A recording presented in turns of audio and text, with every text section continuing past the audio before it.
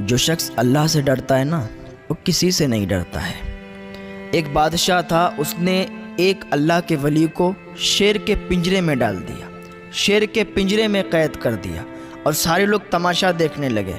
سارے لوگ یہی سوچنے لگے کہ اب اس اللہ کے ولی کو یہ شیر کھا جائے گا، اب اس نیک انسان کو یہ شیر پھاڑ دے گا، ٹکڑے ٹکڑے کر دے گا۔ شاہ بھی دیکھ رہا ہے، اس کے سپاہی بھی دیکھ رہے ہیں، سب لوگ دیکھ رہے ہیں۔ ایک جمگھٹ لگا ہوا ہے، ایک مجمع لگا ہوا ہے کہ آج ایک نیک انسان کو پنجرے میں ڈالا گیا ہے اور اس انسان کو شیر اب چیر ڈالے گا، پھاڑ ڈالے گا۔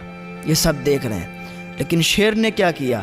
جیسے اس نے پیچھے مڑ کے دیکھا کہ اس کے پنجرے میں ایک اللہ کا ولی آیا ہوا ہے، اس کے پنجرے میں اللہ کے ولی کو قید کر دیا گیا ہے، تو شیر آیا دم ہلاتا ہوا اور قدموں کو چومنے لگا، قدموں کو چاٹنے لگا۔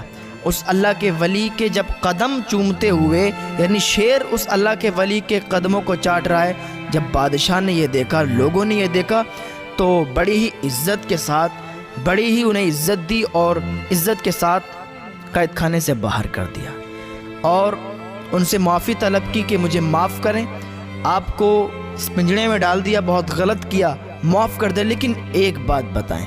کہا کیا ہے؟ کہا جب آپ پنجرے میں قید تھے آپ کو ڈر نہیں لگا؟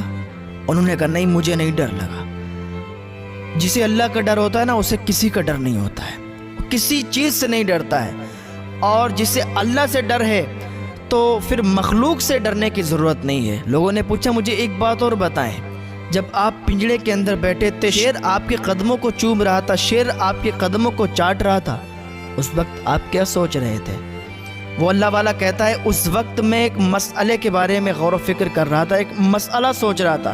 کہ کیا مسئلہ سوچ رہے تھے؟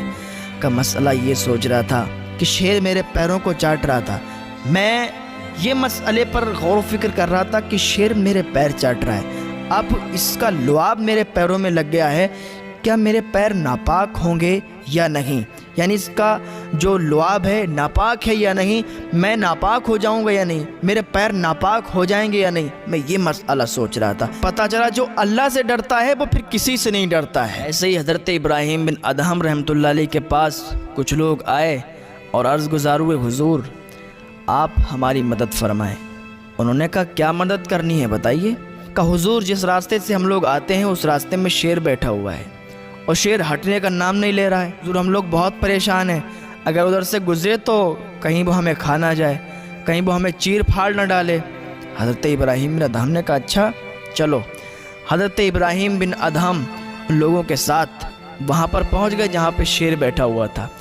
حضرت ابراہیم بن ادہم نے فرمایا کہ اے شیر، اگر تجھے اللہ کی طرف سے یہ حکم ہوا ہے کہ تو ہمیں کھا لے یا ہم میں سے کسی کو بھی کھا لے، اگر اللہ کی طرف سے تیرا حکم ہے، اگر اللہ کی طرف سے تجھے حکم ملا ہے تو ٹھیک ہے، ہم تیار ہیں، آجا ہمیں کھا لے، اور اگر اللہ کی طرف سے حکم نہیں ہے نا تو راستہ چھوڑ دے، یہاں پر جو راگیر ہیں، جو آنے جانے والے لوگ ہیں، بڑے پریشان ہو رہے ہیں، اگر اللہ کی طرف سے حکم ہے تو کھا لے آ کے، اور اگر اللہ کی طرف سے حکم نہیں ہے تو راستہ چھوڑ دے۔